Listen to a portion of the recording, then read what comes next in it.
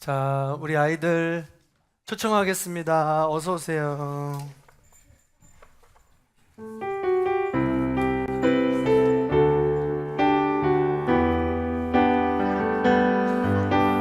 물된 동산 같겠고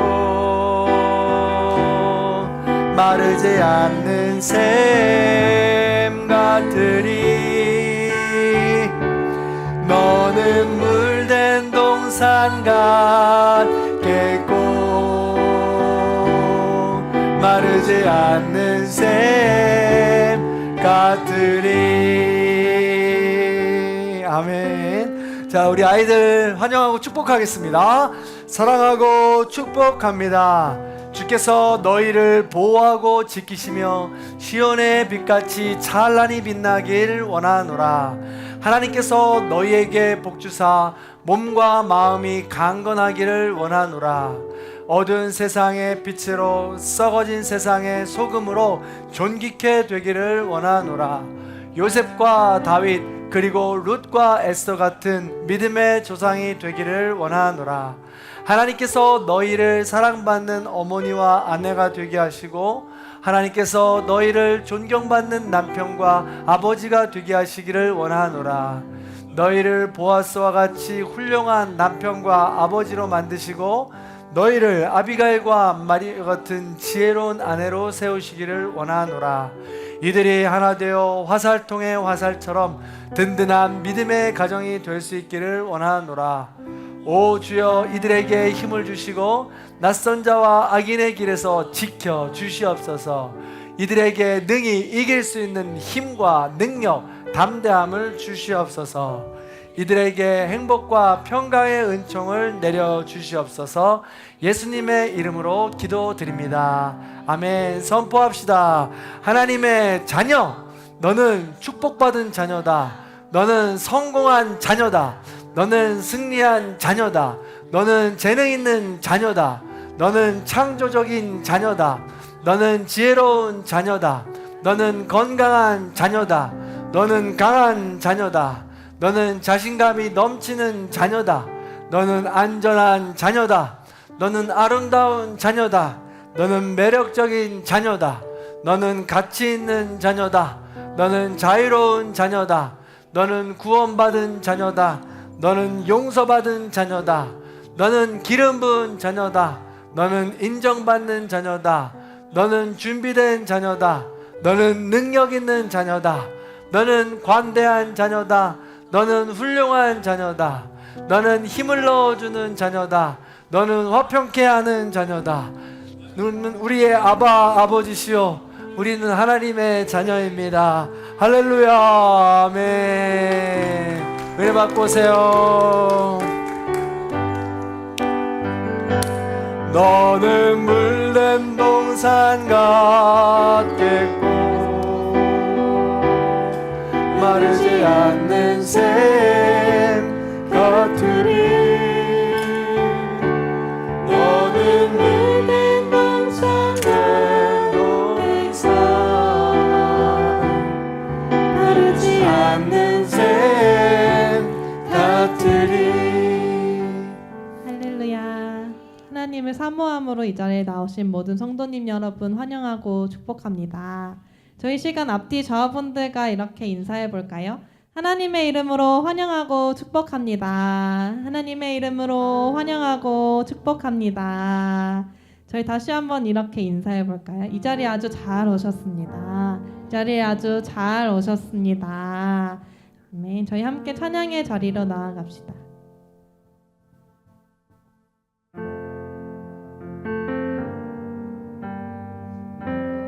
할렐루야. 우리 시간 오직 성령님의 인자하심을 구하며 나아갑시다.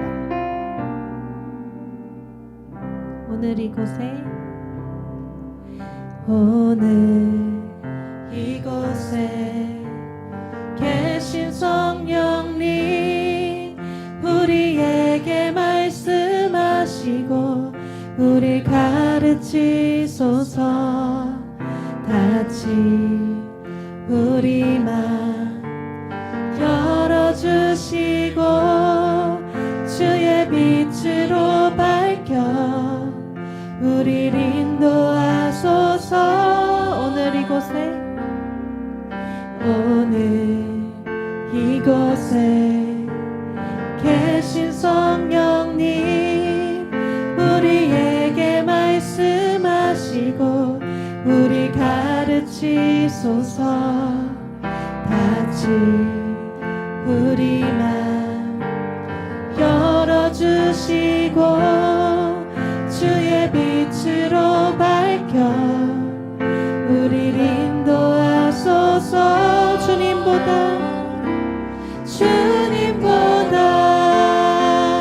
앞서지 않고 겸손하게 주님의 말씀 기다리니 주님 손에 우릴 드립니다. 사랑으로 인도하. 우리 다시 한번 고백합시다. 오늘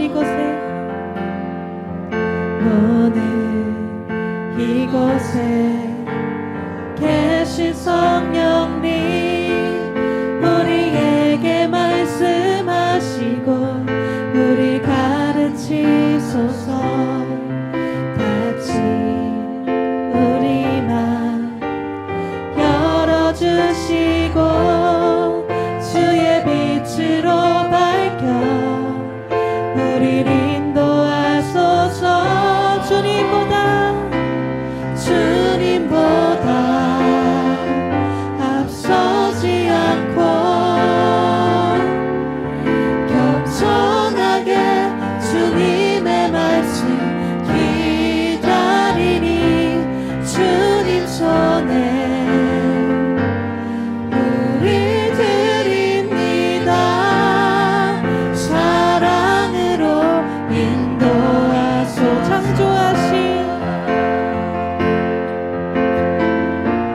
창조하신 모습 떠난 우리를 예수님과 함께 빚으소서.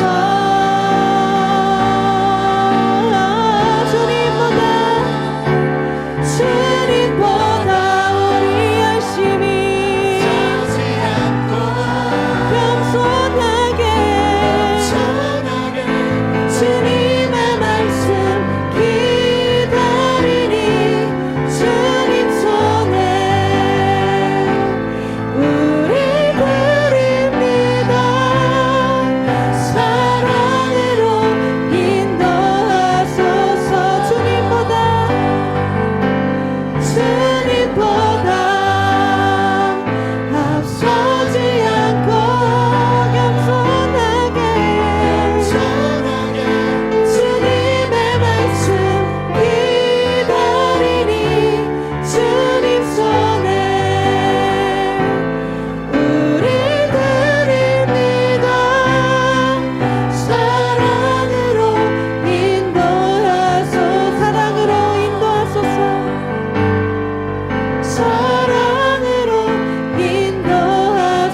사랑으로 인도하소서.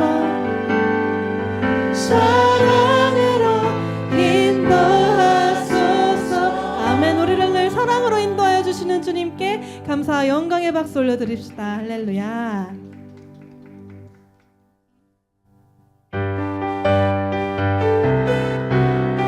우리 시간 주님과 함께하는 이 길을 기쁨으로 함께하길 원합니다. 갈 길을 밝히 보이시니 주 앞에 빨리 나갑시다. 우리를 찾는 구주 예수 곧 오라 하시네. 다시 한번. 갈 길을 밝히 보이시니 주 앞에 빨리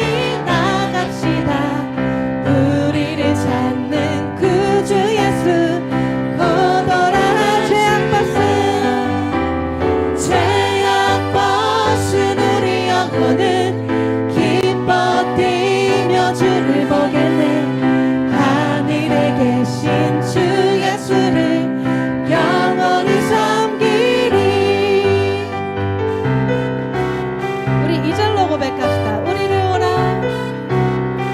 우리를 오라 하시는 말 기쁘게 듣고 순종하세.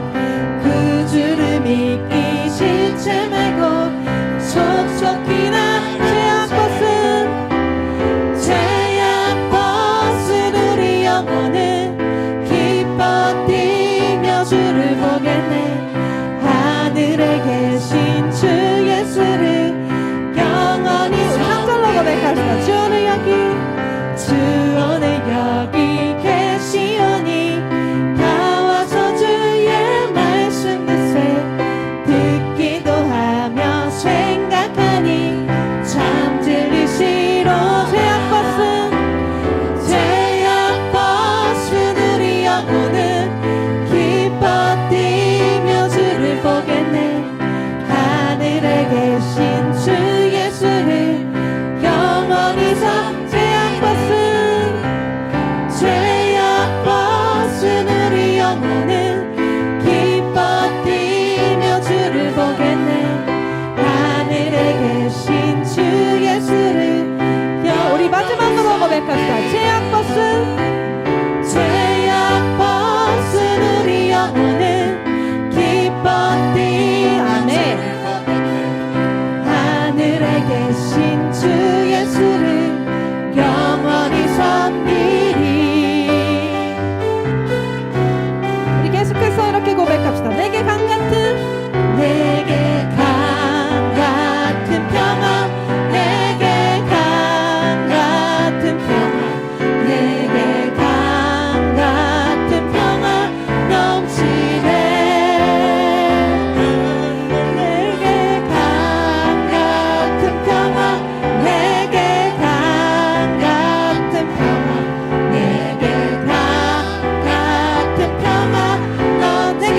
같은 평화.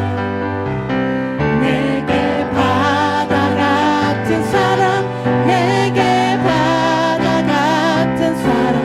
내게 바다 같은 사랑 넘치네. 아멘. 내게 바다 같은 사랑. 내게 바다 같은 사랑. 내게 바다 같은 사랑 넘치네. 내게 샘솟는 기쁨 내게 샘솟는 기쁨. 내게 샘솟는 기쁨. 내게 샘솟는 기쁨 넘치네. 내게 샘솟는 기쁨. 내게 샘솟는 기쁨. 내게 샘솟는 기쁨. 우리 다시 한번 이렇게 고백합시다. 내게 강 같은 내게 강 같은 평화. 내게 강 같은 평화. 내게 강 같은 평화 넘치네. 내게 강 같은 평화. 내게 강 같은 평화. 내게 우리 다시 한번 고백합시다. 내게 강 같은 평화 내게 강 같은 평화. 내게 강 같은 평화. 내게 강 같은 평화 넘치네. 내게 강 같은 평화. 내게 강 같은 평화. 내게 강 같은 평화 넘치네. 아멘. 우리에게 참 평안 주신 주님께 감사와 영광의 박수 올려드립시다. 할렐루야.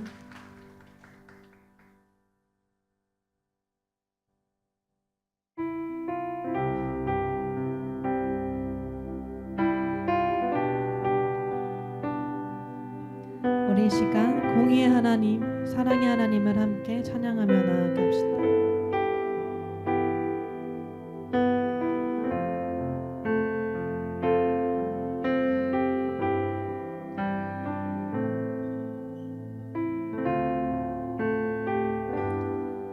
예수 하나님의 공의 예수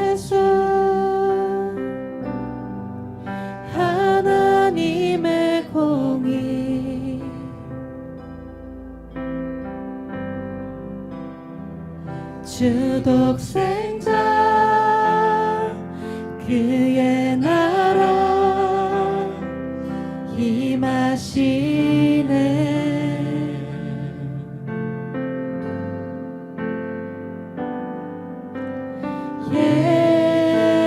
예수 제물이 되신 주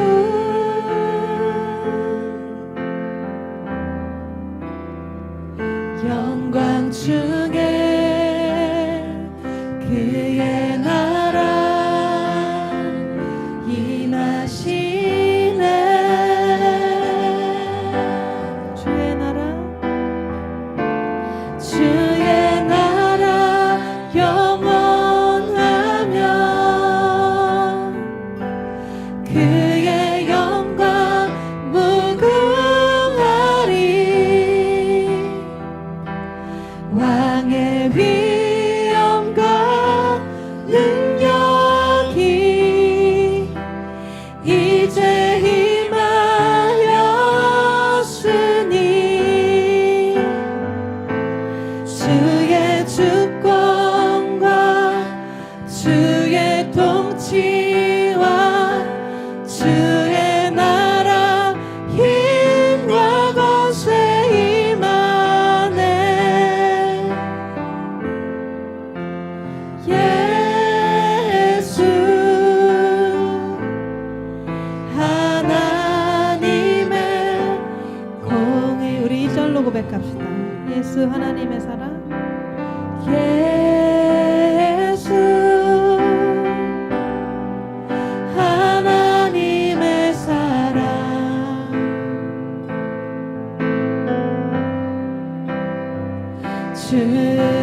은혜와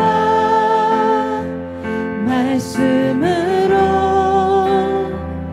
나타났네.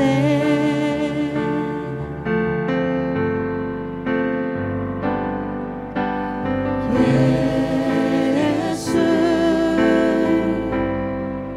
거룩한 하나님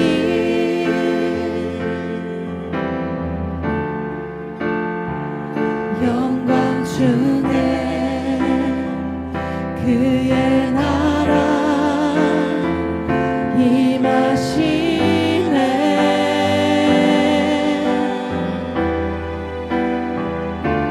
주의 나라 영원하며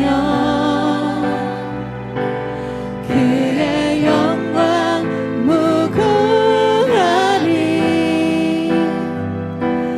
왕의 위엄과 능력이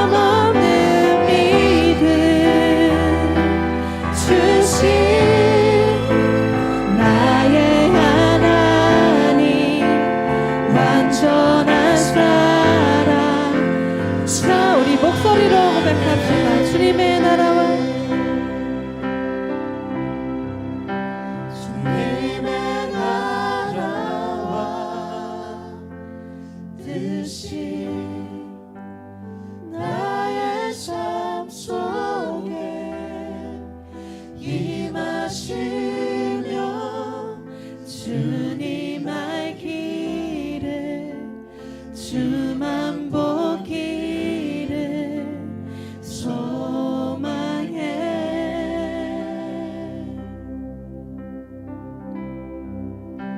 거룩히 살아가 힘과 두려움 없는 믿음 주신 나의 하나님 완전한 사랑 찬양해.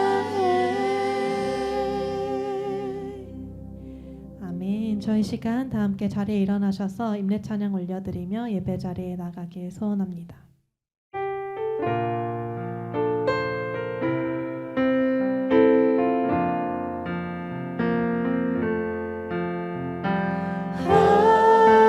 하나님께로 더 가까이 갑니다. 고통 가운데 계신 주님 변함없는 주님의 크신 사랑 영원히 주님만을 섬기리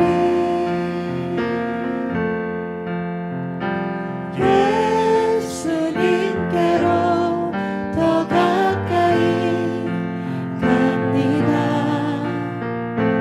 고통 가운데 계신 주님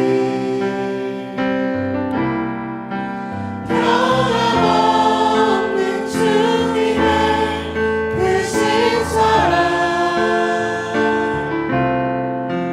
영원히 주님만을 섬기리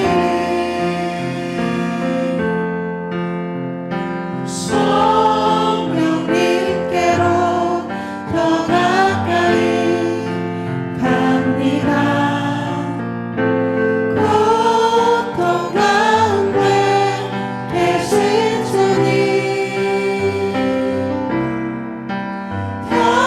변함없는 주님의 크신 사랑 영원히 주님만을 섬기리.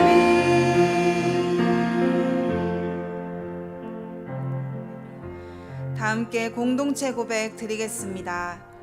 하나님 용서하소서. 시기, 질투, 다툼, 악독, 괴휼, 비방, 원망, 불평을 버리게 하소서. 하나님 우리를 긍휼히 여기소서. 하나님 감사합니다.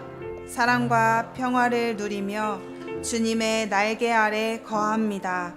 하나님 찬양받아 주소서. 하나님 소망합니다. 하나님의 사랑으로 용서를 나누게 하시고 시험에 들지 않게 하옵소서. 예수님의 이름으로 기도합니다. 아멘. 만일 우리가 우리 죄를 자백하면 그는 미쁘시고 의로우사 우리 죄를 사하시며 우리를 모든 불의에서 깨끗하게 하실 것이라. 사랑하는 성도 여러분, 오늘 이 말씀에 의지하여 우리의 모든 죄가 용서받고 우리의 모든 기도가 응답될 것을 믿음으로 선포합니다. 다 함께 자리에 앉으시겠습니다. 이 시간 우리를 대표해서 박상근 장로님께서 하나님께 기도드리겠습니다.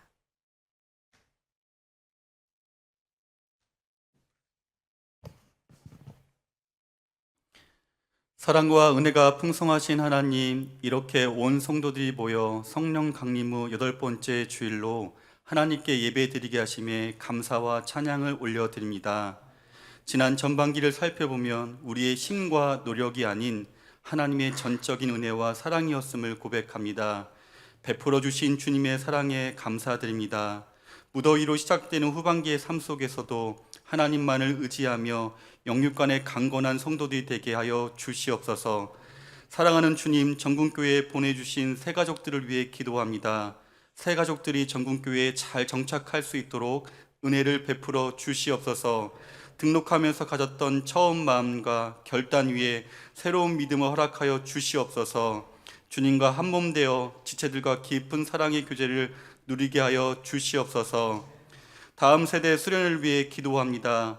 토요일부터 시작되는 유치부 수련회와 어린이부, 청소년부, 청년부의 수련회 기간 동안 성령님의 임재가 수련회 현장 위에 가득하게 하여 주시옵소서. 시간마다 주시는 은혜 속에 주님을 인격적으로 만나게 하시고 믿음의 진부가 있게 하여 주시옵소서. 주님, 부모님과 자녀, 형제, 자매와 가족들의 구원과 믿음의 성장을 위해 기도합니다. 주 예수를 믿으라, 그리하면 너와 내 집이 구원을 얻으리라고 말씀하셨던 약속을 기억하오니 기도하는 성도들의 간구에 응답하여 주시고 함께 주님의 사랑을 경험하는 가족들이 되게 하여 주시옵소서. 주님, 몸의 질병과 연약함으로 인해 회복의 때를 간절히 구하는 성도들이 있습니다. 치유의 손으로 만져주시고 모든 연약함과 질병이 깨끗하게 치유되게 하여 주시옵소서. 이 시간 말씀 듣기 원합니다. 말씀을 전해주실 목사님의 목회 여정과 사역 가운데 성령님 늘 동행하여 주시옵소서. 생명의 말씀이 선포될 때 죄로 어두워졌던 눈과 귀와 마음을 밝혀주시고 말씀이 우리 마음속에 깊은 곳을 지나가며 주님의 음성 들려주실 때 믿음으로 응답하며 기뻐하게 하여 주시옵소서. 감사합니다. 예수님의 이름으로 기도드립니다. 아멘.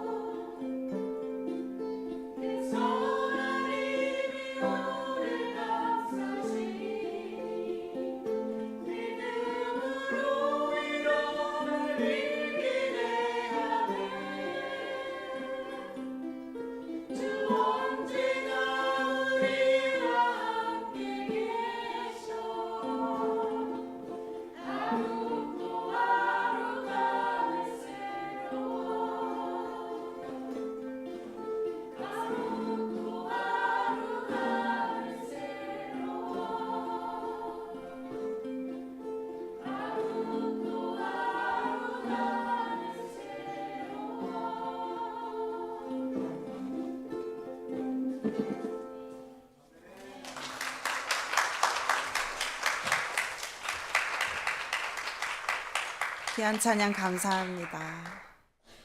우리 이제 이 시간 마음과 정성을 모아서 하나님께 봉헌하겠습니다.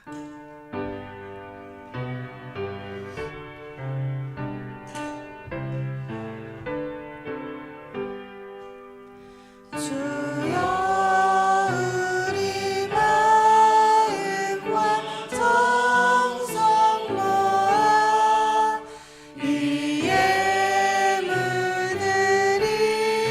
오니 받으소서. 주여 우리 마음과 정성 모아 이 예물들이 오니 받으소서.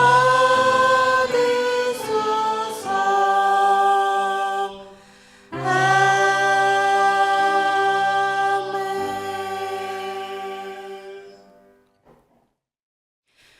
언제나 우리를 사랑으로 불러주시는 하나님께서 허락하신 일상을 누리게 하시고 거룩한 주일 예배의 자리로 인도하심에 감사합니다. 하나님, 우리는 비록 연약하지만 주님의 말씀을 듣고 행하며 반석 위에 굳건한 믿음의 집을 세워가게 하옵소서. 하나님, 이 시간 오직 주님만 의지하며 복음을 위해 살겠다고 다짐하는 할렐루야 찬양단의 고백을 홀로 영광 받아 주옵소서. 이들의 찬양과 귀한 섬김의 자리 위에 복에 복을 더해 주옵소서. 선한 능력으로 우리를 안아주시는 하나님, 우리에게 베풀어 주신 은혜와 사랑에 감사하며 정성 모아 예물과 간절한 기도 제목까지 올려드립니다. 우리의 중심을 기쁘게 받아 주옵소서. 나보다 나를 더 잘 아시는 하나님, 예물을 드리는 손길들에 크신 복을 더해 주시고 마음은 있지만 물질을 드리지 못하는 이들에게도 동일한 은혜로 채워 주옵소서. 더운 여름 넉넉히 이겨낼 새 힘도 더하여 주실 줄을 믿으며 예수님의 이름으로 기도합니다.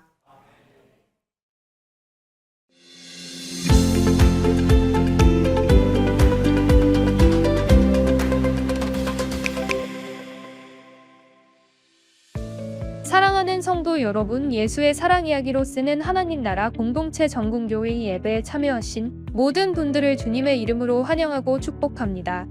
오늘 전국교회 새가족이 되신 성도님들께서는 예배 후 1층 메뉴와 카페에서 목사님과의 만남이 준비되어 있습니다. 꼭 참석하셔서 전국교회 공동체 안에서 은혜롭고 행복한 신앙생활을 시작하시기 바랍니다.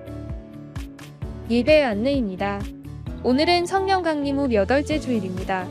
우리와 함께 하시는 성령님의 임재를 기념하는 날입니다. 성령의 위로와 능력으로 마음이 회복되고 주님과 동행하는 기쁨을 누리는 성령 강림 주일이 되시기를 바랍니다. 다루말 암송 안내입니다. 2026년 7월 다루말 암송 말씀은 고린도전서 13장 1절부터 2절까지이며 필사 본문은 이사야입니다. 냉방 시스템 가동 안내입니다.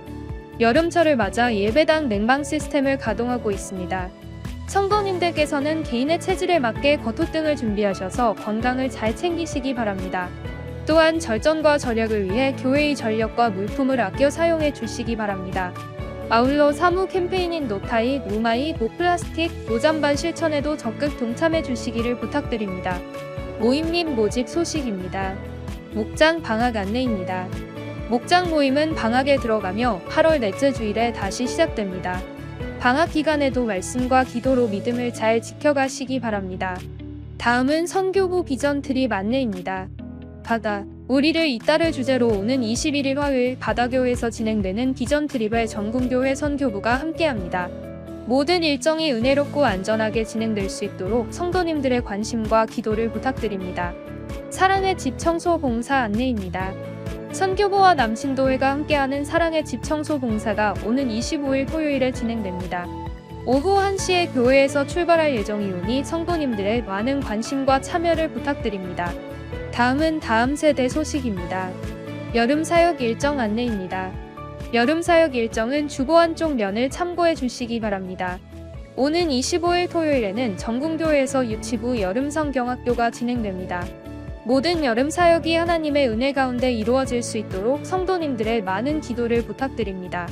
다음 세대 교사 정기 기도회 안내입니다. 오늘 오후 1시 차츰 다락에서 진행됩니다. 다음 세대를 위해 함께 기도하는 귀한 자리에 교사 여러분의 많은 참여를 부탁드립니다. 다음은 다음 백합 세대 기도카드 작성 안내입니다. 교사 및 기도이타 팀께서는 다음 주일까지 기도카드를 작성하여 제출해 주시기 바랍니다. 다음 세대를 위한 지속적인 기도와 관심을 부탁드립니다. 청소년 연합 캠프 연합 기도회 안내입니다. 다음 주일 오후 4시 전궁교회에서 참여 교회 교육자와 교사를 대상으로 연합 기도회가 진행됩니다. 청소년 연합 캠프가 하나님의 은혜 가운데 준비되고 진행될 수 있도록 많은 기도와 참여를 부탁드립니다. 기타 안내입니다. 다음은 재정부 안내입니다. 온라인으로 헌금하실 경우에는 헌금 확인을 위해 입금 자명을 본인 이름과 헌금 종류로 표기해 주시기 바랍니다. 또한 헌금자 명단이 주보에 누락된 경우에는 재정부로 꼭 연락해 주시기 바랍니다. 점심 식사 떡 대접 안내입니다. 오늘 점심 식사 떡은 이정님과 윤여환 집사님께서 정성껏 준비해 주셨습니다. 귀한 섬김에 감사드리며 맛있게 드시고 감사의 인사를 함께 전해주시기 바랍니다. 꽃꽂이 봉헌 안내입니다. 이번 주 꽃꽂이는 차은호 집사, 김혜진 집사, 한봉자 권사님께서 아름답게 섬겨주셨습니다. 귀한 섬김에 깊이 감사드립니다. 이외의 교회 소식은 주보를 참고해 주시기 바랍니다. 지금까지 전궁교회 알림과 사김 소식이었습니다. 감사합니다. 네, 감사합니다. 몇 가지 조금만 더 강조해서 광고를 드립니다. 다루말 필사 책이 이사야 시편 좀 더 준비가 되어 있는데요. 하실 분들은 사무실 앞에서 구매하셔서 함께 진행해 주시면 되겠습니다. 바다 우리를 잇다. 이 바다 교회는 네팔 이주민 선교 사역입니다. 우리가 태국 교회 섬기는 것처럼 그 바다교회는 네팔 이주민들을 위주로 하는 교회이고요. 특별히 이주민 여성들을 위한 사역을 우리 목사님이 하고 계십니다. 그래서 네팔 이주민 우리 여성 우리 분들은 한국에 들어와서 일자리를 찾다가 중간중간에 집이 없거나 이렇게 이럴 때가 있어요. 그때 이제 집을 연결해주고 쉴 수 있도록 머물 수 있도록 해주는 겁니다. 이 친구들이 한국에 와서 가장 큰 소원 중에 하나가 뭐냐면 바다를 가보는 겁니다. 그래서 저희가 이제 선교부에서 우리 친구들을 데리고 바다를 갑니다. 그것도 이제 서해 바다가 아니고 동해 바다, 진짜 바다. 참 이렇게 말하면 안 되죠. 동해 바다가 좀 큰 바다를 좀 보여주려고 가는 것 같아요. 그래서 위에서 기도해 주시기를 부탁드리겠습니다. 여름 사역 일정인데요. 유치부 여름 성경학교를 시작으로 이번 주 토요일을 시작으로 우리 다음 세대 사역이 시작됩니다. 위에서 기도해 주시고 물질로 후원해 주시고 응원해 주시길 부탁드리겠습니다. 청소년 연합 캠프 연합 기도회가 있고요. 특별히 이번에 청소년 연합 캠프는 경기 남노회가 모두 모여서 안성제일교회에서 우리가 금토 이렇게 진행을 하는 목금토 진행을 하는데요. 목요일 금요일 저녁은 열린 집회입니다. 그래서 지지 방문도 가능하시고 우리 자녀들 혹은 기도 버디들이 청소년부여서 참여하고 있다면 저녁 집회에 오셔서 같이 기도하고 같이 응원하며 예배 드릴 수 있는 이 공간이 열려 있습니다. 그래서 함께 참여해 주시면 감사하겠습니다. 교육자에게 문의해 주시면 좋겠습니다. 우리 점심 식사 떡 대접은요, 이정 윤여한 집사님께서 우리 베트남에 계신데 어쨌든 여름을 맞이해서 한국에 들어오셨는데 건강한 모습으로 오셔서 감사드리고 또 나눠주셔서 감사합니다. 인사를 나눠주시면 좋겠습니다. 나머지 내용 주보를 참조해 주시면 좋겠습니다. 하나님께서 주신 말씀 보겠습니다. 구약성경 이사야 1장 1절부터 10절입니다. 교독합니다. 유다왕 우시야와 요담과 아하스와 히스기야 시대에 아모스의 아들 이사야가 유다와 예루살렘에 관하여 본 계시라. 하늘이여 들으라, 땅이여 귀를 기울이라. 여호와께서 말씀하시기를 내가 자식을 양육하겠거늘 그들이 나를 거역하였도다. 소는 그 임자를 알고 나귀는 그 주인의 구유를 알건만은 이스라엘은 알지 못하고 나의 백성은 깨닫지 못하는도다 하셨도다. 슬프다 범죄한 나라여, 허물진 백성이요 행악의 종자여, 행위가 부패한 자식이로다. 그들이 여호와를 버리며 이스라엘의 거룩하신 이를 만홀히 여겨 멀리고 물러갔도다. 너희가 어찌하여 매를 더 맞으려고 패역을 거듭하느냐. 온 머리는 병들었고 온 마음은 피곤하였으며 발바닥에서 머리까지 정한 곳이 없이 상한 것과 터진 것과 새로 맞은 흔적뿐이거늘 그것을 짜며 싸매며 기름으로 부드럽게 함을 닫지 못하였도다. 너희의 땅은 황폐하였고 너희의 성읍들은 불에 탔고 너희의 토지는 너희 목전에서 이방인에게 삼켜졌으며 이방인에게 파괴됨 같이 황폐하였고 딸 시온 포도 망대같이 참외밭의 원두막같이 에워싸인 서뭇같이 겨우 남았도다. 만군의 여호와께서 우리를 위하여 생존자를 조금 남겨두지 아니하셨다면 우리가 소돔 같고 고모라 같으리로다. 너희 소돔의 관원들아 여호와의 말씀을 들을지어다. 너희 고모라의 백성아 우리 하나님의 법에 귀를 기울일지어다. 아멘. 우리 믿음의 고백을 하나님께 올려드립니다. 하나님 좋습니다. 감사합니다. 사랑합니다. 하나님 뜻이면 무엇인지 다 이루어집니다. 예수님 좋습니다. 감사합니다. 사랑합니다. 하나님 뜻이면 무엇인지 다 이루어집니다. 성령님 좋습니다. 감사합니다. 사랑합니다. 하나님 뜻이면 무엇인지 다 이루어집니다. 아멘. 하나님께 영광의 박수 올려드리겠습니다.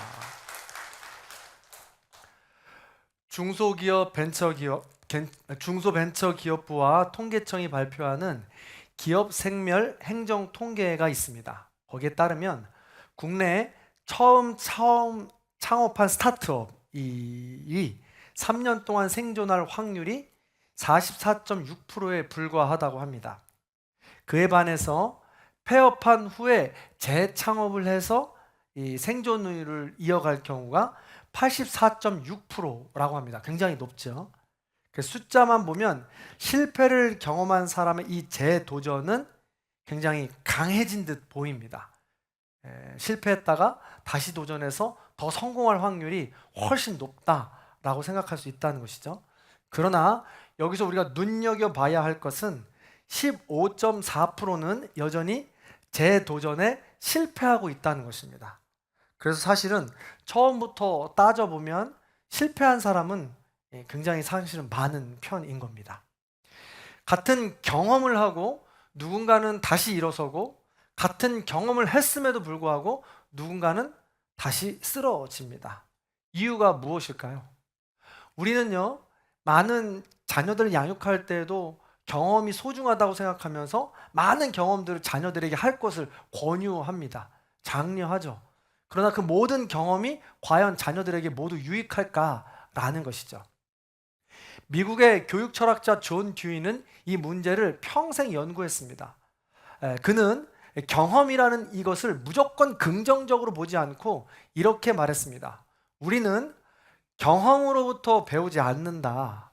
우리는 경험에 대한 성찰로부터 배운다라고 했습니다. 어떤 사람은 단순히 겪었다고 여기는 것으로 그게 충분하지 않다라는 것입니다. 어떤 사람이 어떤 사건을 단순히 경험했습니다. 근데 그 경험한 것 자체만으로는 충분하지 않다라는 것이죠. 생각해 보세요. 여행을 갑니다. 여행했다고 해서 그 나라를 우리는 다 알 수가 없습니다. 운동을 합니다. 운동을 한다고 해서 그 운동을 우리가 다 충분히 잘하는 것은 아닙니다. 실패했다고 해서 그 경험이 자동으로 우리에게 교훈을 남기는 것은 없다라는 것입니다. 경험에 대한 성찰이 없다면 그냥 그저 그렇게 우리를 훑고 지나간 하나의 사건, 경험에 불과하다라는 것이죠. 그래서 존 듀이는 사건을 만났을 때 혹은 그 사건을 통해서 우리가 실패를 경험했을 때 곧바로 그것을 진단해야 된다고 이야기합니다. 그걸 성찰이라고 이야기하죠. 실패했을 때 그 원인을 외부에서 찾기보다는 먼저 안에서 찾는 겁니다. 왜 이런 일이 발생했을까? 그리고 나는 왜 이런 선택을 했을까? 라고 고민해 보는 거죠. 반면에 성공했을 때에도 마찬가지입니다. 단순히 그냥 기뻐하는 것으로 끝나는 것이 아니라 자아도취에 빠져서 끝내는 것이 아니라 무엇이 나를 이 성공에까지 이르게 했지? 무엇 때문에 내가 이렇게 성공할 수 있었을까를 점검하라는 것입니다. 뿐만 아니에요. 우리는 매일같이 살아가다 이런 사건, 사고, 경험 아무것도 못하고 살아갈 날이 하루하루 일상들로 채워지지 않습니까? 그럴 때에는 하룻밤에 잠자리에 들기 전에 한 번쯤 오늘의 삶을 성찰하라는 것입니다. 오늘 삶을 통하여서 나는 무엇을 배울 수 있지? 무엇을 얻을 수 있지? 라는 것을 스스로에게 묻는 겁니다. 이게 바로 성찰이죠. 삶을 배우는 것입니다. 그래서 이런 과정을 통해서 우리는 비로소 배우는 것이고 행동으로 드러나는 것이며 성찰을 통해서 우리의 삶은 성숙해진다라는 것이죠. 이것을 존 듀이를 이렇게 소개하면서 이 책에 저는 이 표현이 굉장히 마음에 들더라고요. 그래서 우리가 이런 것을 반복한다면 우리의 삶의 밀도는 깊어지고 우리의 삶은 풍성해진다는 것입니다. 굉장히 전 문장이 굉장히 마음에 들었어요. 그래서 기록까지 해놨는데요. 여러분은 어떻습니까? 여러분에게 닥친 사건, 여러분에게 닥친 이 하루하루의 일상을 통해서 얼마나 깊은 삶의 밀도를 채워가고 있습니까? 풍요로운 삶을 누리고 계세요. 그래서 존 듀이는 결국 하루하루 사건이 합쳐져서 일상이 합쳐져서 인생이 된다고 이야기하면서 존 듀이는 마지막에 이렇게 이야기합니다. 인생은 겪은 것만큼 살아온 것이 아니라 되짚은 만큼 살아온 것이다 라고 이야기하죠. 다시 한번, 우리의 인생은요 이렇게 한 번씩 지금 계속해서 이 경험해 나가고 훑어 지나가는 그것으로 끝나는 것이 아니라 그 순간이 나에게 어떤 의미가 있었는지를 되짚을 때 그 삶은 의미가 있어진다는 거예요. 이제 곧 우리 시온이랑 지성이가 제대를 하는데 인생에 있어서 가장 큰 사건 중에 하나가 군대이죠. 그 군대를 어떻게 되짚느냐, 성찰하느냐에 따라서 인생의 앞길이 달라진다는 거예요. 에이, 그쪽을 향해서 내가 이제 오줌도 안 싸. 내가 생각도 하고 싶지 않아. 내가 전혀 기억도 하고 싶지 않고 거기서 만난 사람들은 내가 평생에 저주할 거야. 내지는 이렇게 지난다면, 우리 주변에 제가 있기 때문에 그래요. 정말 있습니다. 이런 식으로 지난다면 그 경험은 그냥 지나가는 거죠. 그러나 그것을 통해서 내가 무엇을 배울 수 있을까? 그 시간들을 통해서 나는 무엇을 얻을 수 있을까? 나를 보내놓고 노심초사 불철주야 매일같이 기도한 우리의 가족들과 성도들을 기억한다면 사랑을 깨달을 수도 있고, 그렇다면 나는 어떻게 살아야 될지를 성찰할 수 있는 것이죠. 그렇게 성찰한다면 이들의 인생은 완전 달라질 것이다 라는 것이죠. 우리 그리스도인의 이 성찰의 기준은 바로 하나님이 되어야 합니다. 말씀이 되어야 합니다. 그래서 우리 그리스도인들은 매일 다루말, 통도, 필사, 큐티 등 말씀을 가까이 하면서 끊임없이 말씀으로 우리 자신을 성찰하는 것이죠. 하나님은 말씀으로 우리를 끊임없이 부르십니다. 그리고 우리를 끊임없이 돌아보게 하십니다. 그리고 하나님은 말씀으로 끊임없이 우리를 안내하십니다. 들으라, 귀를 기울이라 라고 말이죠. 그래서 말씀을 듣고 가던 길이 잘못되었다면 돌아서는 것입니다. 그게 회개입니다.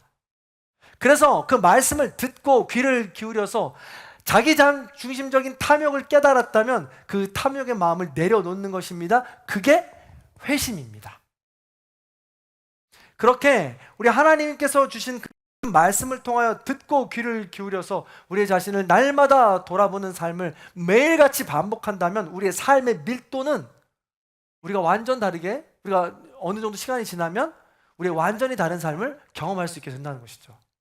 지금 하루하루 이렇게 말씀을 보는 것이 귀찮을 수 있고 번거로울 수 있고 따분할 수 있지만 그런 일상들이 성찰로 채워진다면 우리의 삶은 밀도 있게 풍요로운 삶이 될 수 있다라는 것입니다. 그리고 점점 말씀을 통해서 나에게 주신 은혜가 얼마나 큰지, 그리고 그 말씀이 꿀과 같이 달고 오묘하고 나의 삶을 어떻게 인도하고 있는지를 더 깊이 체험할 수 있게 된다는 것이죠. 우리 주변에 살펴보세요. 과거와 다르게 말씀을 가까이 해서 성찰해서 얼마나 지금 깊은 삶을 살아가는 사람이 여럿 있는지, 딱 지금 제가 누군지 아시겠죠? 그런 분들을 살펴본다면 우리가 하루하루 어떻게 성찰해야 되는지를 알 수 있게 된다는 것입니다. 지난 수요일부터 우리는 이사야 말씀을 시작했습니다. 그리고 오늘부터 8월까지 내내 이사야 말씀을 나눌 것입니다. 경험이요, 사람을 자동적으로 성숙시키지 않습니다. 경험을 하나님 앞에 말씀으로 내어놓을 때, 그것을 되짚을 때, 그것은 성찰이 되고 회개가 되며 그 성찰과 회개를 통해서 우리는 회복할 수 있습니다. 구원을 얻을 수 있게 된다는 것이죠. 부디 이번 이사야를 통하여서 그렇게 깊이 하나님을 만날 수 있는 저와 여러분들이 되길 소망합니다. 이사야를 시작하기 전에 그래서 이사야라는 이 책을 전반을 우리가 점검하기 원합니다. 그래서 오늘 말씀은요, 조금 공부처럼 여겨질 수 있어서 따분하게 들릴 수 있습니다. 이해하기 어려울 수 있어요. 그래서 금방 초반부터 졸릴 수가 있어요. 그럼에도 불구하고 오늘 말씀을 그냥 한 달 내지는 우리 12월 달까지 나눌 건데, 이 이사야 말씀을 나눈 동안에 기초 반석으로 삼아야지 라고 생각하시면서 번쩍하고 들으시면 나머지 이사야 말씀을 개인적으로 묵상할 때도 큰 은혜가 되리라고 믿습니다.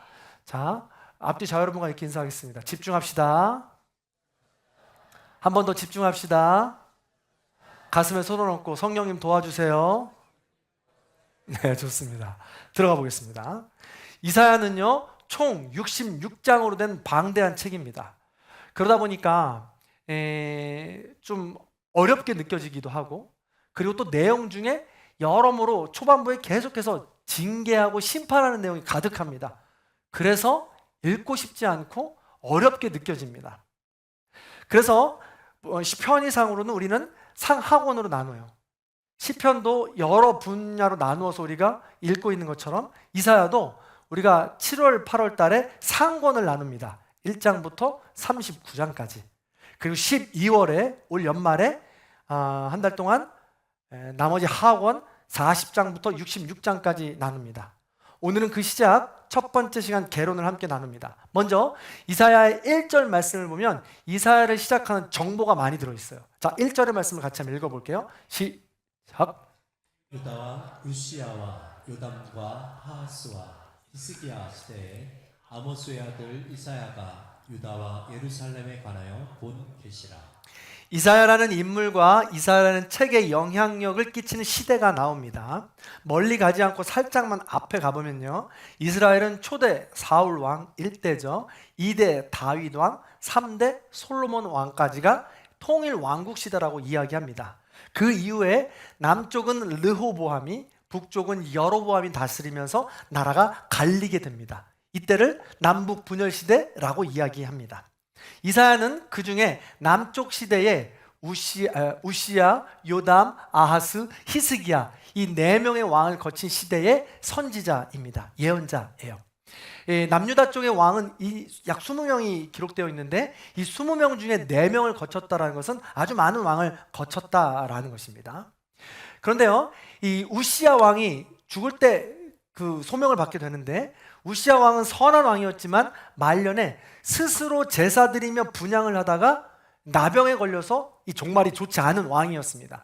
이때부터 이스라엘 남유다는 하락의 길을 걷게 됩니다. 왜 하락의 길을 걷게 될까요?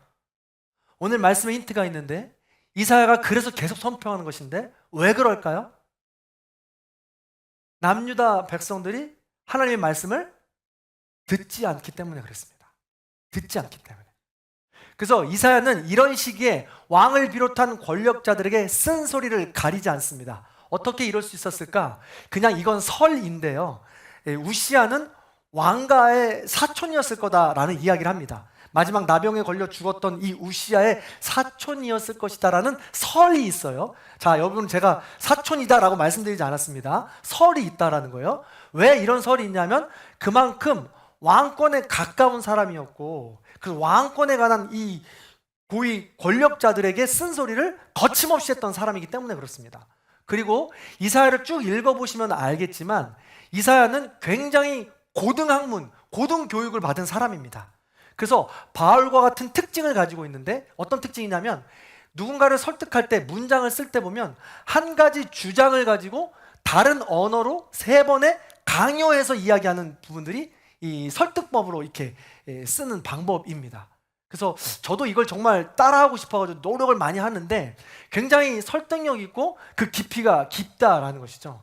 이사야를 오늘 읽어보는 말씀만 해도 여러 군데가 나오는데, 이사야는 똑같은 표현을 똑같이 하지 않습니다. 여러 다른 언어로 표현하면서 더 깊숙이 파고든다라는 것이죠. 그래서 이런 말 가지고 똑똑한 이 나라의 권위를 가진 사람들에게도 거침없이 이야기했던 사람이다라는 것입니다. 이렇게 왕실과 가까운 인물이었으니까 권세가 있고 호의호식하면서 평안하게 살 수 있었는데 이사야는 그러지 않았어요. 그들의 눈에 가시가 되면서 하나님의 말씀을 끝까지 전했습니다. 나중에 나오지만 이사야는 므낫세 가장 악한 시대의 왕에게 그 왕에게 찍혀가지고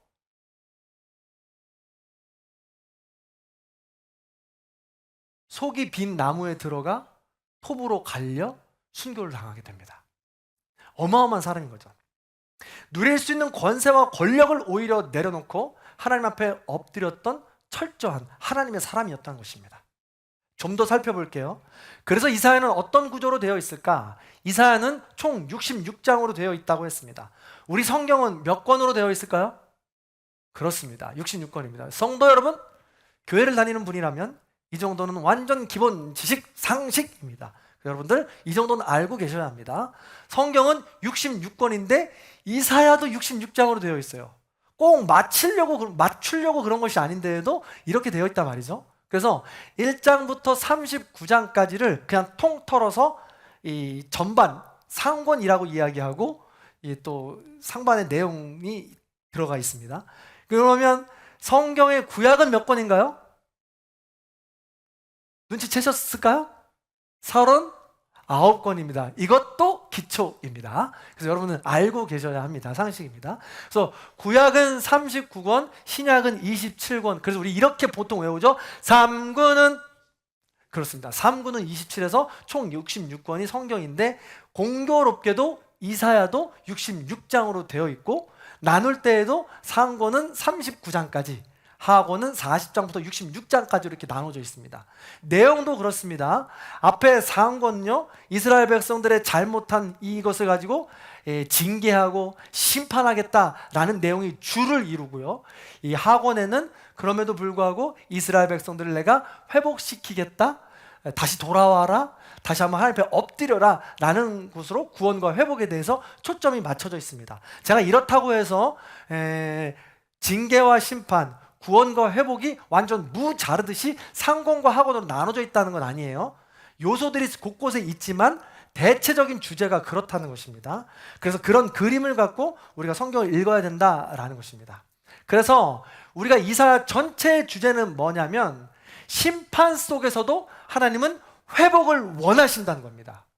상권, 앞에 이 과거의 이런 징계, 이런 그들의 죄로 말미암아서 심판할 것이지만 후반으로 넘어갈수록 그럼에도 불구하고 하나님을 믿고 의지하며 들어라, 귀를 기울여라, 나를 따라와라 라고 말씀하시는 것은 하나님의 회복의 마음이 더 강하다라는 것입니다.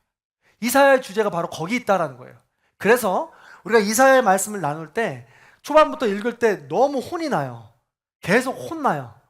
계속 잘하라고 그래요. 그러다 보면 지쳐요. 내가 너무 잘못하고 있구나. 나 같은 거 죽어야지. 이렇게 신앙생활에서 뭐 하나? 라고 해서 계속 자책할 수밖에 없어요. 근데 이사야의 전체적인 이 주제가 뭐라고요? 끝에 구원입니다. 회복입니다. 자유입니다. 해방입니다. 여기에 초점을 맞추라는 것이죠. 그래서 포기하지 말고 끝까지 가면 된다라는 것입니다.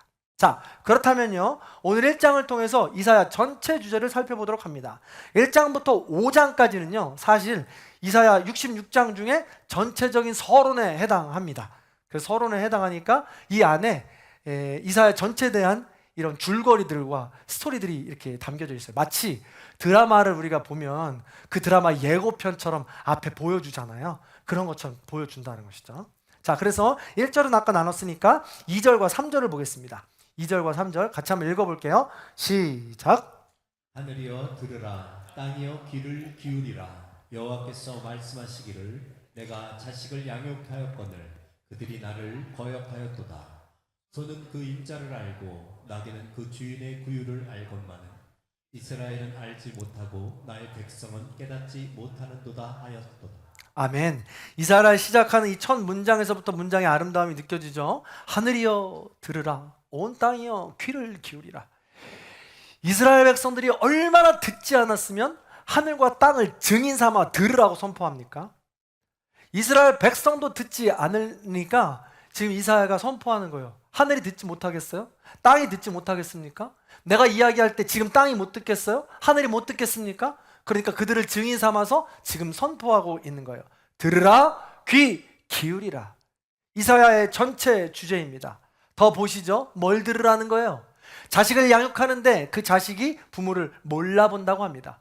사랑하는 성도 여러분, 이것이 얼마나 큰 죄입니까? 이것이 얼마나 큰 아픔입니까? 여러분 아시잖아요? 배은망덕을 넘어서 철천지 불효가 얼마나 큰 아픔입니까? 이 세상에 가장 큰 부모들의 바람은 무엇이에요? 행복은 무엇입니까? 자녀와 좋은 관계를 이루며 자녀가 잘 사는 것이죠. 반대로 그렇다면 가장 슬픈 건 무엇입니까? 가슴 아픈 일은 뭐예요? 지금 말씀드린 것처럼 부모와 자녀 간의 관계가 깨지는 것이고 부모의 원하는 대로 자녀들이 살지 못하는 것입니다. 그게 가장 큰 슬픔이고 아픔이죠. 불효입니다. 심지어 오늘 본문에 보면 가장 지능이 낮은 짐승으로 여기는 소도 임자를 알아요. 나귀도 주인을 압니다. 그런데 사람이 모른다는 거예요. 그래서 우리가 사람을 욕할 때 죄송하지만 정말 못된 사람, 해륜 아들을 욕할 때 뭐라고 욕합니까? 이런 금수만도 못한 이라고 욕하지 않습니까? 동물도 아는데, 부모를 아는데 어떻게 사람이 모르냐라는 것입니다. 피조물인 이스라엘 백성들이 창조주이신 하나님을 모른답니다. 최고의 죄죠. 자녀된 이스라엘 백성들이 아버지 되신 하나님을 모른다고 합니다. 하나님은 가장 슬픈 것이죠. 그래서 이사야를 통해 모든 백성에게 선포하는 겁니다. 4절이죠. 4절을 보세요. 슬프다라고 이야기하고 있습니다. 왜 슬퍼요? 이사야의 시작은 하나님의 자녀들의 불효를 꼬집는 거예요. 내가 창조한 나의 자녀가, 나의 피조물이 나를 모른다 한다. 슬프다라고 이야기하는 거예요. 그들이 어떤 사람들이에요? 몇 번 이야기하고 있죠? 보세요, 눈으로. 범죄한 나라입니다. 너희들 허물진 백성입니다. 나 행악의 종자입니다. 행위가 부패한 자식들입니다. 그냥 남유다 너희들이라고 한마디면 될 텐데 지금 이사야는 4번에 걸쳐서 그들의 폐부를 찌르고 있는 것이죠. 이런 악한 존재가 어떻게 해요? 여호와를 버린 거예요. 여호와를 만홀히 여겼다, 떠났다고 고백하고 있습니다. 만홀히 여겼다라는 것은 하나님을 업신여기고 무시했다는 것입니다. 아니요, 목사님, 저는 하나님 업신여긴 적 없는데요? 하나님 무시한 적 없는데요? 정말 그렇습니까? 하나님이 정말 계시다고 믿고 살아가고 계십니까? 한 번도 하나님을 무시한 적이 없습니까? 하나님이 없는 것처럼 살아간 적이 없으십니까? 지난주 시편에서 등장하는 악인들의 특징 중에 하나가 뭐였어요? 그 악인들의 큰 특징 중에 하나는 경건한 자, 충실한 자가 없어지면서 악인으로 되어가는 과정이 중에 하나, 가장 큰 특징은 하나님이 없네, 하나님이 안 보시네, 하나님이 안 들으시네, 아, 하나님은 없네 라고 이야기하는 것입니다. 그렇게 하나님은 없다고 계속해서 죄를 짓고 하나님이 없는 것처럼 살아가면 어떤 결과를 당하게 됩니까? 결국 심판을 당하게 된다고 이사야는 선포하고 있는 거예요. 자, 5절의 말씀부터 보세요. 한탄하면서 고백하고 있는 거죠. 5절을 보면 너희가 어찌하여 매를 더 맞으려고 폐역을 거듭하느냐. 온 머리는 병들었고 온 마음은 피곤하였구나. 발바닥에서 머리까지 성한 곳이 없이 상한 곳과 터진 것이. 보세요. 이 부분이 굉장히 전 충격적인데요. 얼마나 많이 혼났으면 계속해서 머리부터 발바닥까지 성한 곳이 없어요. 계속해서 상해요. 나병 환자처럼 우리가 아프고 상하고 살이 썩어 들어가는지도 모르게 지금 죄 가운데 하나님을 모르고 살아간다는 것입니다. 그런데 보니까 새로 맞은 흔적이 계속해서 더해가는 거예요. 그런데도 난 하나님을 몰라. 하나님을 외면해. 하나님은 없다 라고 고백하며 지금 살아간다는 것이죠. 그래서 그런 모습을 가지고 계속해서 지금 심판하는 거예요. 징계하는 겁니다. 7절 보세요. 너희의 땅은 황폐, 너희의 성은 불에 탔어, 너희의 토지 뺏겼잖아, 황폐해졌잖아. 그런 심판의 결과를 맞이하게 된다라고 지금 이야기하고 있는 것이죠. 겸손하게 하나님을 의지하지 않고 교만하게 자기중심적인 탐욕으로 살아간다면 점점점 경건한 자에서, 충실한 자에서, 가련한 자로, 궁핍한 자로 하나님을 모르는 악인의 길로 들어선다는 것입니다. 그리고 결국 우리는 하나님을 의지하지 않고 하나님은 없다고 말하며 살아간다는 것이죠. 이사야의 이름 뜻이 뭐냐면요, 야, 하나님이잖아요. 하나님만이 구원자이시다라는 뜻입니다. 이사야가 이름의 뜻이 하나님만이 구원자이십니다. 하나님만 의지해야 합니다. 하나님만 의뢰해야 합니다 라는 뜻이 이사야의 이름의 뜻이에요. 그래서 하나님은 이사야를 통해서 이스라엘 백성들에게 이야기하는 겁니다. 야, 애굽 의지하지 마, 아수르 의지하지 마, 바벨론 의지하지 마, 나를 의지해 라고 계속해서 이사야를 통해 선포하고 있는 겁니다. 자, 잠깐, 오늘 말씀은 없는데요, 여러분 지금 성경을 폈잖아요. 오늘 말씀을 보세요. 이사야 3장 2절을 보시기 바랍니다. 성경 가지고 계신 분들 보세요. 이사야 3장 1절, 2절, 3절 제가 급하게 읽어드릴게요. 이스라엘 백성들이 지금 누구를 의지하고 있는지 들어보세요. 보라, 주 만군의 여호와께서 예루살렘과 유다가 의뢰하며 의지하는 것을 제하여 버리시되, 제하여 버리신다는 것은 하나님께서 유다 백성들을 제하여 버리신다는 게 아니에요. 제하여 버린다는 건 히브리어로 해보면 내가 집어서 밖에 집어 던져버리겠다는 뜻입니다. 유다 백성들을 집어서 던지겠다는 뜻이 아니에요. 니들이 의지하고 있는 그것을 내가 집어 던지겠다는 것인데, 뭘 의지하나 보세요. 3장 1절 중반절부터 곧 그가 의지하는 모든 양식과 그가 의지하는 모든 물과 용사와 전사와 재판관과 선지자와 복술자와 장로와 50부장과 귀인과 모사와 정교한 장인과 능란한 요술자를 그리하실 것이다. 지금 남유다의 모든 백성들이 하나님을 의지하지 않고 맞이하는 모든 일상 속에서 단 한순간도 하나님을 의지하지 않고 있는 것입니다. 하나님을 의뢰하고 있지 않는 거예요. 이사야는 이것을 통탄하며 지금 심판을 이야기하고 있는 것이죠. 그래, 들어라 제발, 귀를 기울여라, 그리고 돌아와라 라고 지금 이야기하고 있는 것이죠. 이 심판과 징계는 끝이 아닙니다. 징계를 넘어 회복이라고 그랬죠. 제가 늘 자주 드는 예가 있지 않습니까? 여러분, 우리의 자녀를 혼낼 때 이 자녀가 잘못했지만 자녀가 돌아오기를 바라는 마음으로 혼내는 거 아니에요. 야, 너 그거 잘못했잖아, 인정해야지. 왜 인정 안 해? 토라져 있어요. 불평불만합니다. 완전 성질 부립니다. 그때 뭐라고 그래요? 너 인정 안 해? 너 가만 안 둔다? 너 집 나가 쫓겨낸다? 10살 때까지 인정해? 19, 8, 7, 6, 5, 둘의 반까지, 하나 반까지 우리가 참아주잖아요. 고백해주기를 기다리면서요. 그게 하나님의 마음이라고요. 그게 지금 이사야가, 하나님께서 이사야를 통해서 우리에게 주신, 또 남유다에게 주시는 말씀이라는 것입니다. 우리가 계속해서 앞으로 나누겠지만 남유다는요, 계속해서 애굽을 의지해요. 아수르를 의지합니다. 그리고 자신의 능력을 의지해요. 실제로 지금 이스라엘에 가면 히스기야 터널이라고 자기들이 지금 이 샘을 터놨던 공간이 따로 지금 마련되어 있거든요. 그걸 의지했던 것입니다. 그렇습니다. 하나님은요, 심판의 자리에서 하나님을 의지하지 못하는 그들이 나오길 원하시며 소리지고 부르짖고 있는 것입니다. 하나님의 은혜는 이처럼 기다려주시는 거예요. 회복의 불씨, 구원의 불씨를 항상 남겨두시면 말이죠. 자, 그래서 9절의 말씀도 보겠습니다. 9절의 말씀 읽습니다. 시작. 만군의 여호와께서 우리를 위하여 생존자를 조금 남겨두지 아니하셨다면 우리가 소돔 같고 고모라 같았으리로다. 아멘. 소돔과 고모라가 어떤 곳입니까? 의인 10명이 없어서 하나님의 심판을 받아 흔적 없이 사라진 도시입니다. 이스라엘 백성도 그렇습니다. 5절부터 읽었듯이 이스라엘 백성들의 패역은 끝이 없습니다. 하나님을 만홀히 여깁니다. 없다고 이야기합니다. 거듭 반복되는 패역 속에 소돔과 고모라처럼 흔적도 없이 사라질 곳이 바로 남유다였다는 거예요. 그러나 하나님은 기다려주신다고요. 하나님은 은혜를 베풀어 주신다고요. 우리가 이럴 때, 악할 때, 하나님을 의지하지 못할 때에도 하나님은 이사야를 통해서 들으라, 귀를 기울이라, 그리고 돌아오라 라고 지금 계속 우리에게 선포하고 있는 것입니다.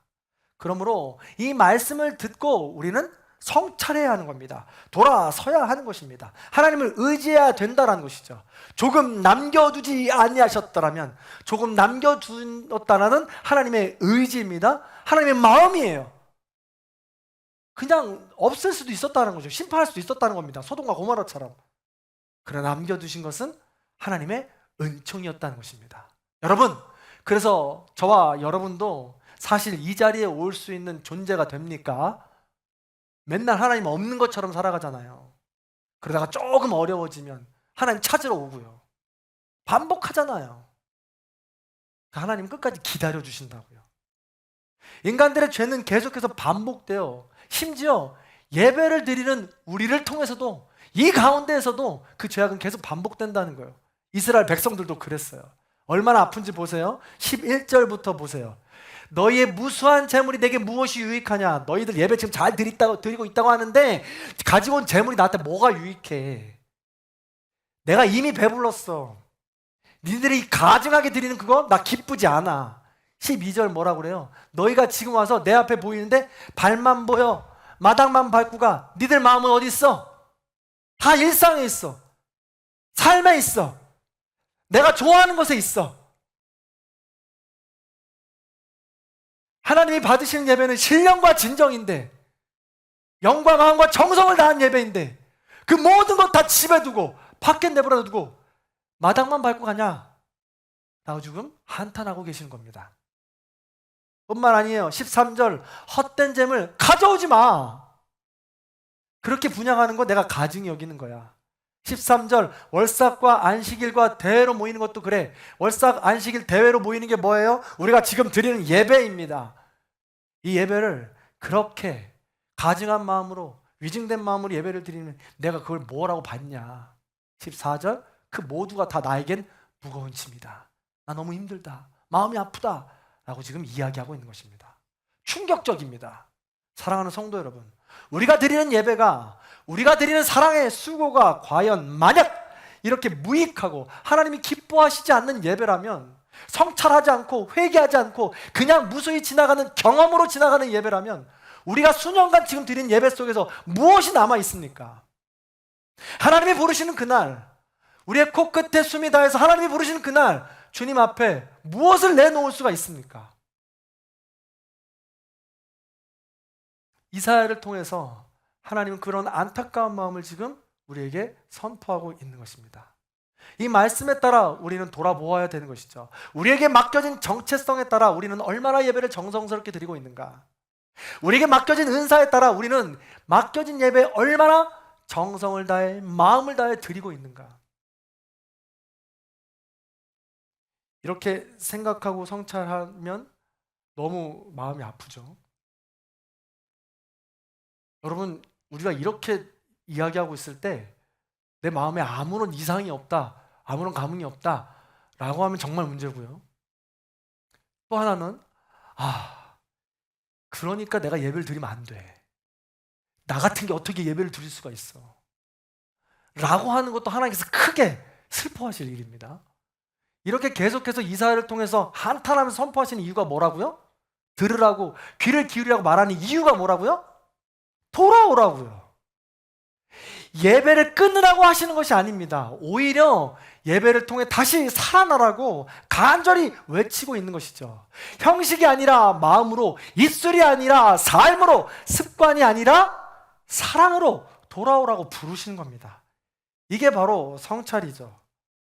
이게 바로 기독교적인 언어로 회개요, 회심이요, 회복입니다. 목사님 너무 흥분해서 저러시네. 나는 그렇게 못하는데 라고 이렇게 이야기하시면, 그렇죠. 이런 말씀들을 우리의 말씀으로 한번 받아보고, 아까 처음에 이야기했듯이 외부의 원인으로 찾는 것이 아니라 이렇게 말씀하신 이유가 나에게 무엇일까라고 우리가 한번 찾아보는 겁니다. 11절부터 14절까지 이 말씀이 하나님의 한숨 섞인 한탄이요, 징계를 부르는 훈계라면 떨릴 수밖에 없는 것입니다. 그런데 이 말씀 속에 있는 진심을 우리가 알아야 된다고 그랬어요. 그 진심이 10절입니다. 10절의 말씀을 볼까요? 보면요, 너희 소돔의 관원들아, 너희 고모라의 백성아. 우리는 지금 소돔의 관원들이에요. 고모라의 백성들일 수밖에 없습니다. 왜요? 완벽한 사람 없어요. 우리의 마음이 다 콩밭에 가 있습니다. 하나님께 없지요. 우상을 숭배합니다. 내가 원하는 대로 살아갑니다. 그래서 하나님께서 심판하시 소돔과 고모라와 같습니다. 그곳의 백성과 같습니다. 그럼에도 불구하고 하나님은 외치시는 거예요. 괜찮아. 너희 소돔의 백성들아, 너희 고모라의 관원들아, 들을지어다. 귀를 기울일지어다. 라고 이야기하는 겁니다. 거기에 머물지 말라고, 듣고 다시 나오라고 지금 이야기하고 있는 것이죠. 그러면서 예배를 다시 한 번 더 성찰하고 우리의 삶을 돌아보라고 오늘 마지막 16절부터 말씀을 주는 거예요. 그렇다면 나는 어떻게 예배를 드리고 있는가? 성찰해 보시기 바라요. 회개해 보시기 바랍니다. 16절 어떻게 해야 돼요? 가장 먼저 너희는 스스로 씻으며 스스로 깨끗하게 해야 합니다. 내 목전에서 너희 악한 행실을 버리고 행악을 그쳐야 합니다. 가장 먼저 내 자신을 돌아보고 내 자신을 회개해야 되는 거예요. 오늘 말씀 장목사가 들어야 돼. 오늘 말씀 장집사가 들어야 돼가 아니라 오늘 말씀 나에게 주시는 말씀이군요. 나에게 주시는 말씀으로 받고 내가 먼저 하나님 앞에 깨어져야 된다는 것이죠. 뿐만 아니에요. 그러면 내가 먼저 하나님으로부터 사랑을 받았어요. 성찰해서 회개하고 회심했습니다. 그럼 반드시 다음에 이어지게 되어 있어요. 착한 행실, 선행을 배우고 17절 정의, 학대받는 자를 도와주고 고아와 과부, 변호하는 거예요. 고아와 과부는 이 당시에 가장 약한 사람들의 대명사였죠. 그래서 하나님으로부터 사랑을 받은 자들은요, 반드시 우리의 삶이 이웃으로 흘러가게 되어 있다는 것입니다. 내가 하나님으로부터 받은 은혜가 있다면, 그 은혜로 받은 예배가 풍성해진다면 반드시 그건 열매로 표현이 되게 되어 있다는 것입니다. 그래서요, 여호와께서 말씀하시되 우리의 죄가 주홍 같을지라도 희게 될 수 있다라고 말씀하세요. 돌아오면요. 그 마지막 결론 뭐라고 하십니까? 19절 20절이죠. 같이 한번 읽어볼게요. 19절 20절 시작. 너희가 즐겨 순종하면 땅의 아름다운 소산을 먹을 것이요 너희가 거절하여 배반하면 칼에 삼켜지리라. 여호와의 입의 말씀이니라. 아멘. 그렇습니다. 시편부터 오늘 말씀까지 계속 일맥상통한 주제입니다. 하나님의 말씀에 따라 순종하는 것이 의인이고 행복한 삶입니다. 이 땅에서도 주시는 소산을 즐겨 먹을 수 있고 나눌 수 있는 것이죠. 반대로 하나님의 말씀을 외면하고 만홀히 여기며 무시하면 악인이고 또 죄인이며 그래서 피해갈 수 없다라는 것이죠. 심판과 징계를 말입니다. 사랑하는 성도 여러분, 오늘 말씀을 마무리합니다. 이게 이사야의 전체 주제예요. 이사야, 그의 이름은 여호와만이 우리의 구원자이십니다 라고 했습니다. 여호와만이 우리의 구원자이십니다 라고 해서 아무것도 하지 말라는 이야기 절대 아닙니다. 여호와만이 우리의 구원자이십니다 라고 고백하면 그 다음에 내가 뭘 해야 할지를 알 수 있게 돼요. 그리고 그것을 용기 있게 할 수 있습니다. 그리고 그 순간들을 통하여서 우리는 훈련받을 수 있고 단련되어져서 하나님의 기뻐하시는 백성으로 즐겨 먹는 소산으로 하나님 나라를 맛볼 수 있게 된다는 것이죠. 사랑하는 성도 여러분, 지금 잠깐 우리의 예배, 우리의 일상을 한번 돌아보시죠. 우리의 예배와 일상은 과연 회개와 성찰이 있는 시간이었습니까? 아니면 그냥 매일같이 반복되는 형식적으로 지나가는 일과였습니까? 그 모든 것들이 시간을 훑고 지나갔을 때, 채로 걸렀을 때 나의 인생에 남는 것이 무엇냐라는 것입니다. 하나님은 오늘도 이사야를 통해서 우리를 부르십니다. 성준아, 들어라. 성준아, 귀를 기울여라. 외부에서 찾지 않고 하나님의 말씀으로 찾으면 내가 먼저 변화되고 나를 통하여 나의 가정이, 나의 교회가, 나의 일터가, 나의 공동체가 변화된다고 말이죠. 기억하십시오. 이것은 내 힘으로 낼 수 있는 것이 아닙니다. 하나님께서 끝까지 나를 참아주시고 기다려주시고 인내해주시고 나를 보호해주신 그 사랑이 있었음을, 그 사랑을 기억할 때 다른 사람에게 핑계하지 않을 수 있어요. 다른 사람 탓을 하지 않을 수 있어요. 그 사랑에 비추어 나를 볼 수 있고, 그 사랑에 비추어 그 모든 핑계와 그 모든 이런 탓도 사라지게 할 수 있습니다. 아무것도 아닌 게 될 수 있고, 오히려 그래서 뛰어넘을 수 있는 큰 사람이 우린 될 수 있다는 것이죠. 그래서 마지막으로 이 찬양을 함께 나누면서 찬양 곡조 있는 기도라고 했잖아요. 그래서 하나님의 놀라운 사랑을 우리가 찬양하면서 우리의 삶이 날마다 그렇게 그 사랑으로 덮여지고, 그 사랑의 부르심을 통하여서 날마다 회개와 회심과 회복으로, 그냥 경험이 아니라 더 깊은 자리로 밀도 있는 삶을 이어나가시는 저 여러분들이 되길 간절히 소망합니다. 그 마음을 갖고 우리 함께 찬양하겠습니다.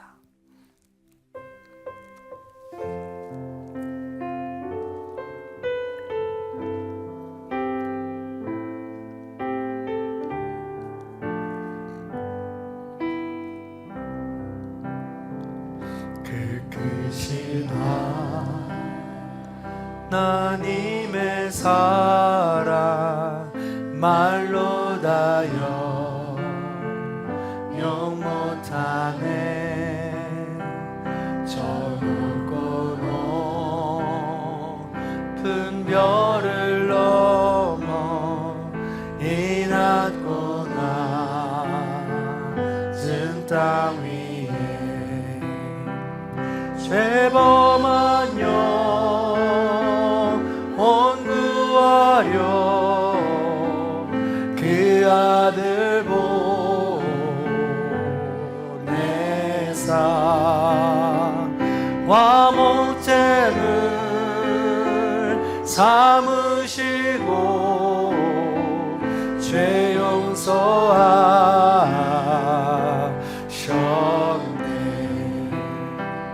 하나님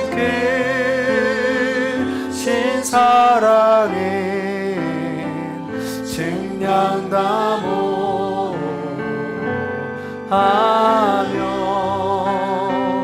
영원히 변치 않는 사랑 여 찬양하세요. 우리가 2절과 3절을 한 번 더 찬양할 텐데, 여러분 한 가지만 더 우리가 생각했으면 좋겠어요. 우리 기독교의 어른이시라면 어른이신 영락교회 한경직 목사님이 계세요. 누구나 다 본이 되고 우리가 따라가고 싶은 분이었죠. 영락교회 한경직 목사님께서 마지막에 투병을 하실 때, 돌아가시기 전에 병실에서 성도님들이 그렇게 신방을 오고 싶어 하는데 가족들이 막았어요. 왜 막았냐 하니까 가끔 무의식 중에 그렇게 욕을 하시는 거예요. 일평생 살아가면서 목회하면서 미웠던 성도님들이 왜 없었겠습니까? 아무리 성인 군자 같았던 목사님이라도 그 목사님을 괴롭힌 성도들이 왜 없었겠어요? 힘든 분들이요. 근데 그런 분들이 신방 온다고 하면 무의식적으로 입에서 막 욕이 나오더라는 거예요. 이 이야기가 저는 시사르마가 굉장히 크다고 생각하는데요. 우리가 지금 이 땅을 살아가다가 보면 괴로운 일, 힘들고 어려운 일 늘 마주하게 됩니다. 사건을 당황스럽게 마주하게 되죠. 그것을 마주하게 되는 첫 반응이 우리의 진짜 모습입니다. 그렇게 무의식적으로 반응하는 것이 나의 현 주소입니다. 그런데요, 이거를 우리가 젊었을 때부터 이렇게 반응하지 않고 연습하지 않고 매일같이 말씀으로 우리가 성찰하거나 회개하지 않으면 후회는 늦습니다. 그러므로 오늘 이 시간 우리에게 닥치는 많은 일들, 당황스럽게 하는 일들, 괴롭다고 외면하지 마시기 바랍니다. 힘들다고 불평불만하지 마시기 바랍니다. 오히려 그때가 나를 단련시키는 기회라고 여기시고 하나님의 사랑을 찾고 하나님의 사랑의 말씀이 나에게 어떻게 고백하시는지를 성찰하시기 바랍니다. 이런 것들이 계속 훈련으로 반복될 때 우리는 하나님이 부르시는 그때 우리의 무의식 중에서도 하나님을 맑은 영으로 찬양할 수 있게 된다는 것이죠. 그 영혼 그때까지 우리를 찬양하시고 그때를 소망하시면서 날마다 하루하루 일상을 채워나가시기를 소망합니다. 그런 마음을 가지고 다시 한번 이런 것들을 기억하면서 2절, 3절 찬양하겠습니다. 괴로운 시절 지나가고 괴로운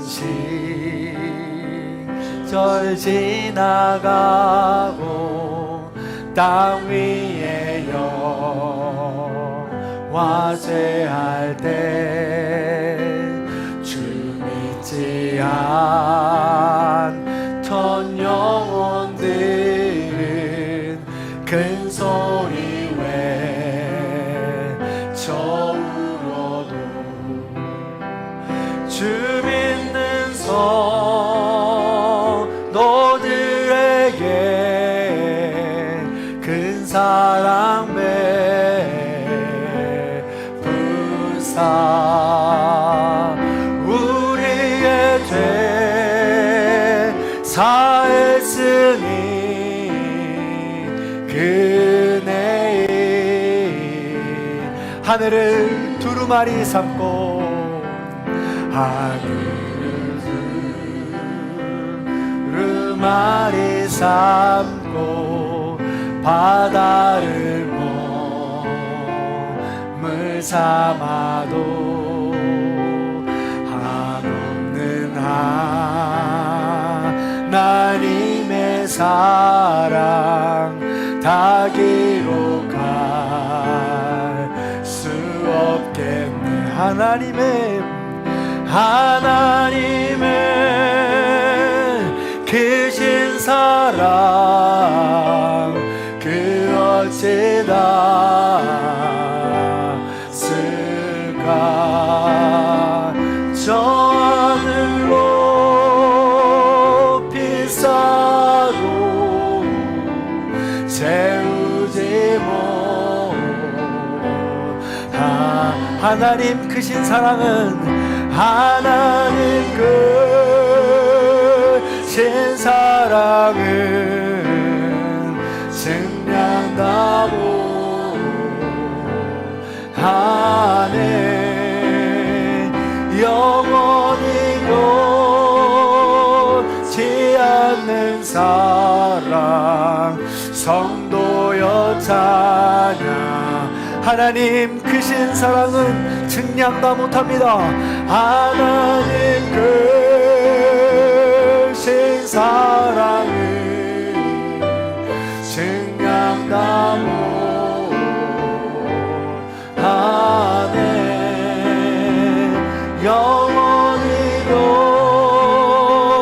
변치 않는 사랑 성도여 찬양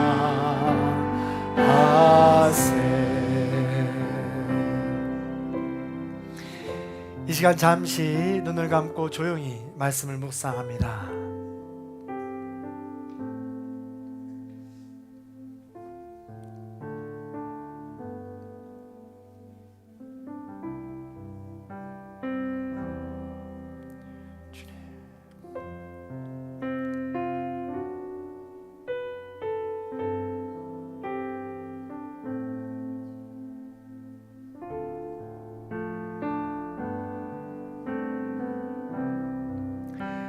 사랑이 많으신 하나님, 죽을 수밖에 없는 비천한 나를 우리를 하나님의 자녀로 불러주시고 끝까지 포기하지 않고 하나님의 자녀로 계속해서 불러주시니 감사를 드립니다. 하나님의 부르심에 아멘으로 순종하며 응답하기 원합니다. 하나님의 말씀에 즐겨 순종하며 하나님과 동행하는 삶을 살아가기 원합니다. 위선과 가증한 모습은 벗어버리고 하나님을 나의 주인으로 고백하며 하나님과 친밀한 교제를 이룰 수 있는 삶이 될 수 있도록 인도하여 주옵소서. 자기 중심적인 탐욕의 삶이 아니라 내가 원하는 나의 뜻만 이루어지는 삶이 아니라 하나님의 뜻이 무엇이든지 아버지께서 기뻐하시는 것이 무엇인지 날마다 물을 수 있도록 인도하여 주시고 하나님의 뜻에 따라 순종하는 삶이 될 수 있도록 인도하여 주옵소서. 때로는 그것이 불편합니다. 부담스럽습니다. 손해보는 것 같습니다. 또 억울하기도 합니다. 그러나 그 모든 것들을 넘어서 말씀에 비추어서 그 산 하나하나를 점검할 수 있도록 인도해 주시고 성찰하게 해주셔서 불편하더라도 어렵더라도 하나님의 말씀이라면 순종할 수 있는 거룩한 길로, 순종의 길로, 성숙의 길로, 배움의 길로 나갈 수 있는 우리 모든 성도님들이 될 수 있도록 인도하여 주시옵소서. 그리하여 주님이 부르시는 그날 주님 앞에 섰을 때 우리의 모든 인생의 경험들이 그냥 훑어 지나간 것이 아니라 하나님의 말씀으로 성찰의 기회가 되고 회개의 기회가 되어서 장성한 분량, 영적인 부모, 하나님이 기뻐하시는 하나님의 자녀요 군사로 잘했다 칭찬받을 수 있는 우리 모두가 될 수 있도록 인도하여 주시옵소서. 7월을 시작합니다. 2026년 하반기를 시작합니다. 지금부터 이사야 말씀을 통하여 더욱더 거룩한 자리로 하나님 부르심에 응답할 수 있는 귀한 삶이 될 수 있도록 도와주시옵소서.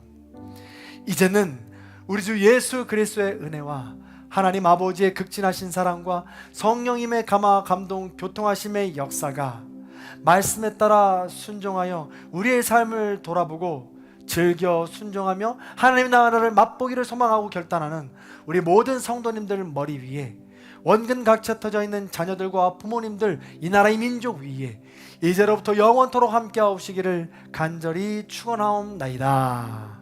아멘.